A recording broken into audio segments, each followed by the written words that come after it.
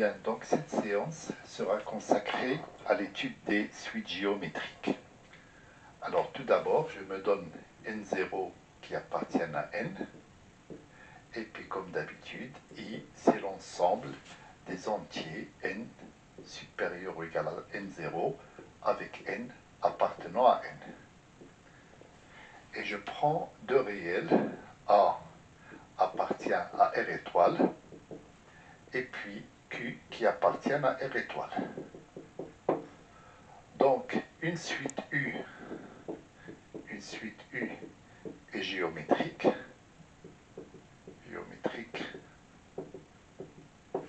de premier terme A et de raison Q,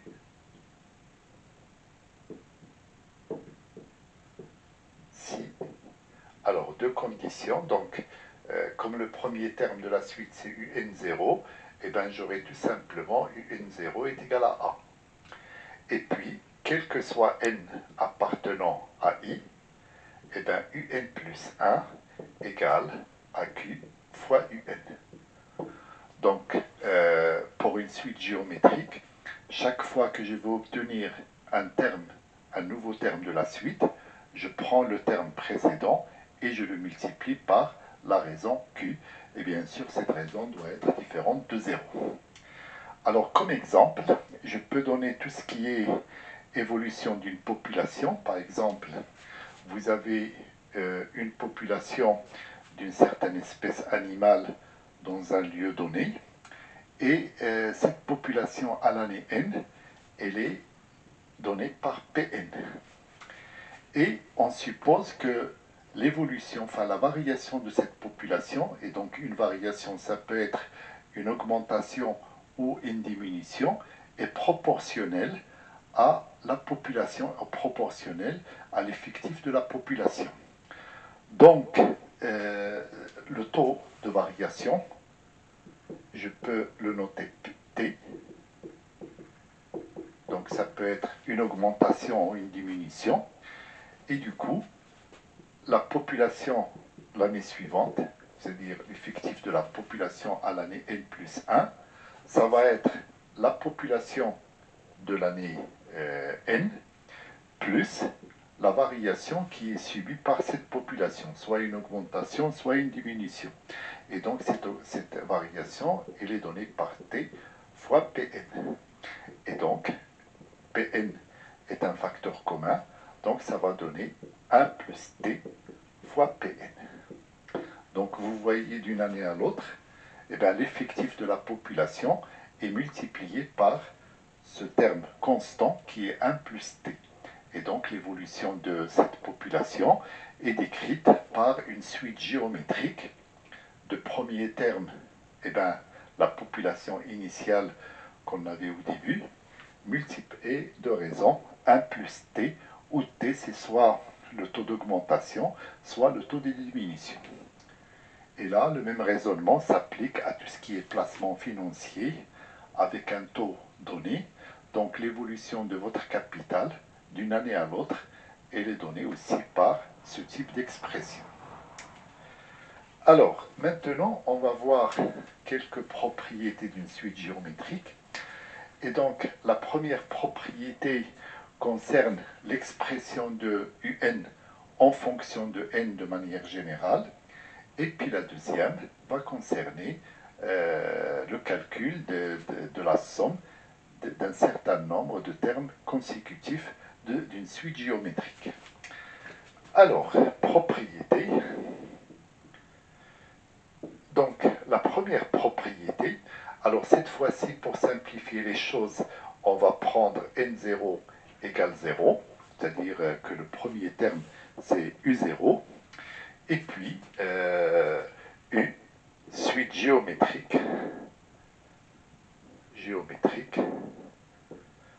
de premier terme, du coup u0, et de raison q. Alors bien entendu, sinon ça n'a aucun intérêt, le u0 il est différent de 0, et puis q bien sûr est différent de 0 aussi. Alors, qu'est-ce qu'il dit la proposition? Ben, il dit que, quel que soit n appartenant à n, eh bien, un égale à u0 multiplié par q à la puissance n. Donc ça, c'est le premier volet de la proposition. Après, je vais donner un deuxième volet, c'est que quel que soit m et n appartenant à n2, alors généralement on prend m inférieur ou égal à n, je vais le noter, m inférieur ou égal à n généralement, et bien tout simplement un égale à un multiplié par q à la puissance n moins n. Alors, comme ce qu'on a fait pour les suites arithmétiques, on va démontrer ces deux propositions. La première se démontre facilement par récurrence, et puis la deuxième se déduit bien sûr à partir de la première. Donc, comme d'habitude, vous commencez à avoir l'habitude de ça, vous arrêtez la vidéo, et puis vous essayez de faire la démonstration de manière autonome. Alors, pour la démonstration, donc tout d'abord, si je fais u0 fois q à la puissance 0, et bien q à la puissance 0, ça fait 1, fois u0, donc ça va donner u0. Et bien sûr, lorsque n égale 0, et bien un est égal à u0 de manière évidente. Donc, p de 0 est vrai. Alors la propriété, c'est celle-là, c'est Pn, c'est cette propriété-là. Donc ça, c'est pour l'initialisation. Et puis après, pour l'hérédité, soit n appartenant à n, on suppose que un égale à u0 fois q à la puissance n. Et du coup, un plus 1, alors d'après la définition d'une suite géométrique, un plus 1 c'est égal à q fois un, donc q fois un. Alors ensuite, comme un est égal à ça, u0 fois qn, je vais tout simplement remplacer. Donc ça va donner u0 fois q à la puissance n fois q, et qui va donner de manière évidente u0 fois qn, q à la puissance n plus 1. Donc, Pn plus 1 est vrai. Et du coup, je peux conclure, conclusion, quel que soit n appartenant à n, un égale à u0 fois q à la puissance n. Alors ensuite, pour démontrer la deuxième propriété, il suffit d'appliquer cette égalité à n et puis à m, et puis voir ce qu'on peut faire avec ces deux égalités. Alors j'efface cette partie.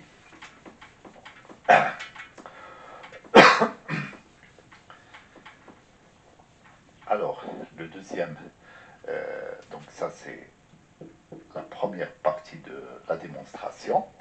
Et puis ensuite, la deuxième partie, c'est que si j'écris un, c'est u0 fois q à la puissance n, et un, c'est u0 fois q à la puissance n. Alors, comme on a supposé que u0 est différent de 0, q différent de 0, donc, de manière évidente, un est différent de 0 et um est différent de 0. Et du coup, je vais faire le quotient des deux, c'est-à-dire si je fais un, donc ainsi, un sur um égale à u0 fois q à la puissance n sur u0 fois q à la puissance m. Alors bien sûr, je vois que je peux simplifier par u0, et en appliquant les propriétés de base des puissances, j'obtiens q à la puissance n moins m, soit un égale à um multiplié par q à la puissance n moins m. Et donc on obtient de manière très facile et rapide la démonstration de la deuxième propriété. Voilà. Donc je vais tout effacer et on va s'intéresser maintenant, comme ce qu'on a fait pour les suites arithmétiques, on va s'intéresser à la somme des n premiers termes, enfin des premiers termes de cette suite. Donc ça dépend à quel moment on démarre. Est-ce qu'on démarre à partir de U0 ou à partir du U1 ou à partir d'un autre terme. Donc ce qu'on va faire, c'est la somme de plusieurs termes. Ce qui est important, c'est qu'il faut qu'ils soient consécutifs d'une suite géométrique. Voilà. Alors, j'efface tout ça. J'espère que vous avez eu le temps de tout noter, mais ce sont des démonstrations qui sont assez simples à faire.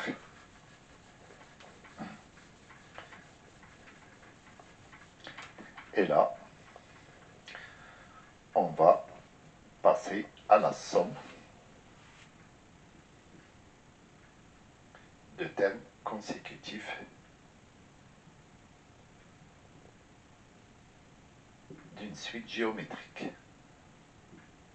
Donc j'ai toujours le même cadre d'une suite géométrique. Alors je vais supposer que la suite est la pour premier terme U0 et pour raison Q avec U0 différent de 0 et Q différent de 0. Alors, bon, cette fois-ci, je ne vais pas utiliser un raisonnement par récurrence. Je vais établir l'expression directement. Donc, je vais le faire directement. Et puis, on aura l'expression à la fin. Alors, l'objectif, c'est de calculer. Donc, j'ai n qui appartiennent à n.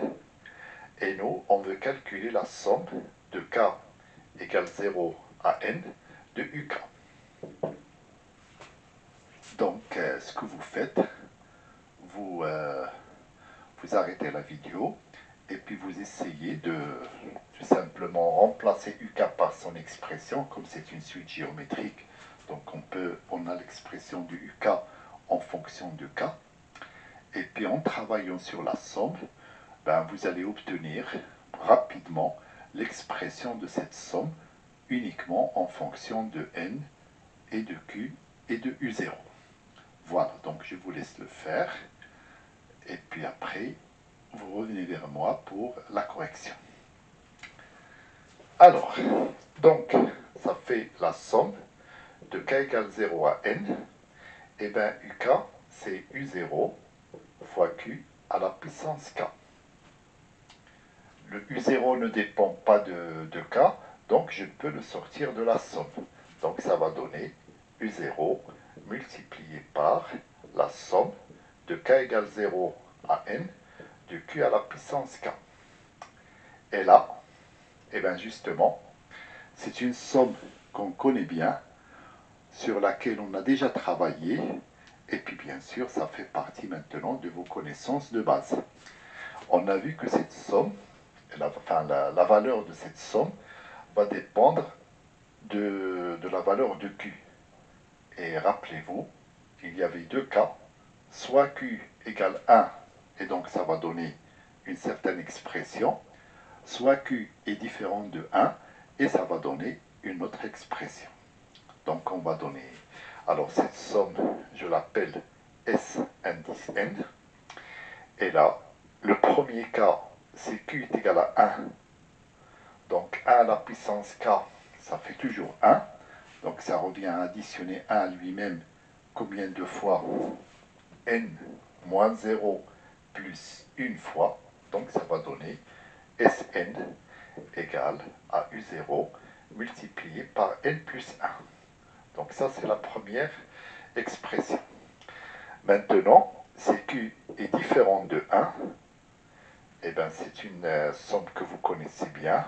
Donc ça fait Sn égale à U0 multiplié par 1 moins Q à la puissance N plus 1 sur 1 moins Q. Donc voilà, vous avez l'expression de cette somme en fonction, donc le cahier de charge est bien respecté, U0, Q et N.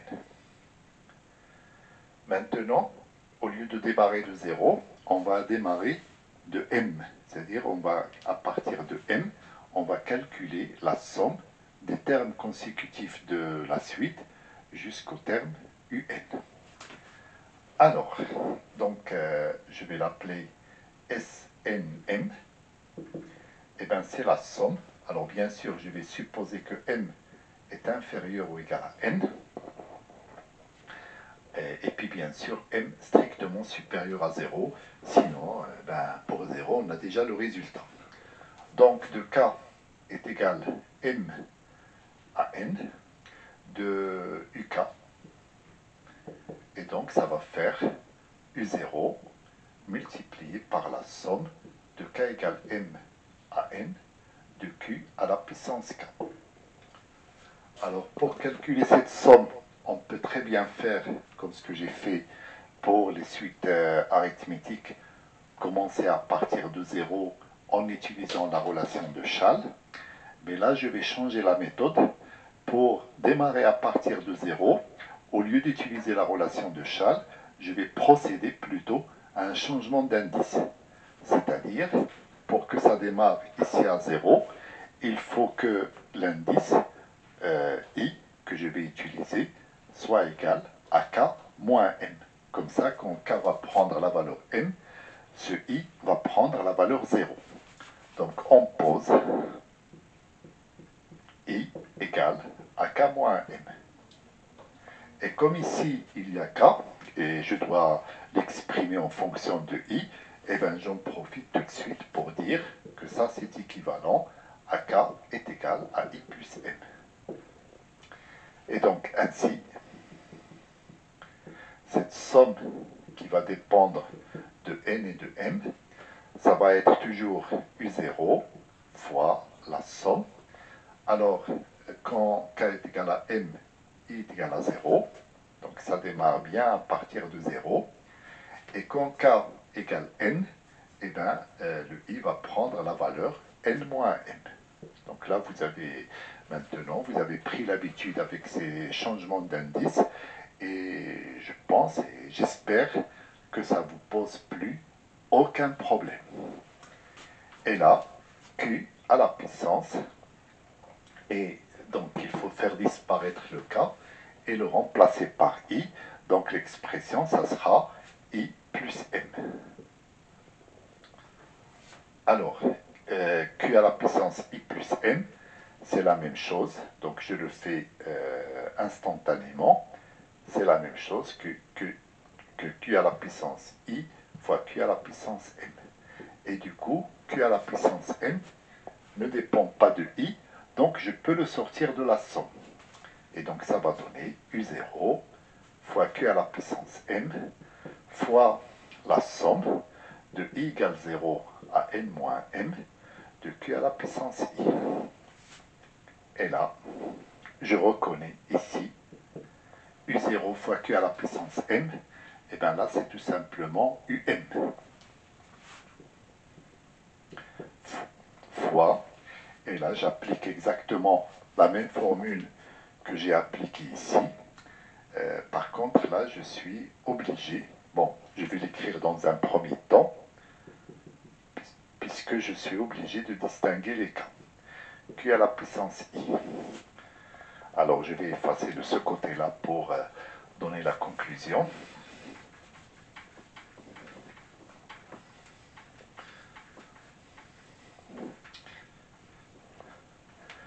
Alors, première situation, lorsque Q égale 1. Donc là, Q à la puissance, 1 à la puissance i, c'est toujours 1.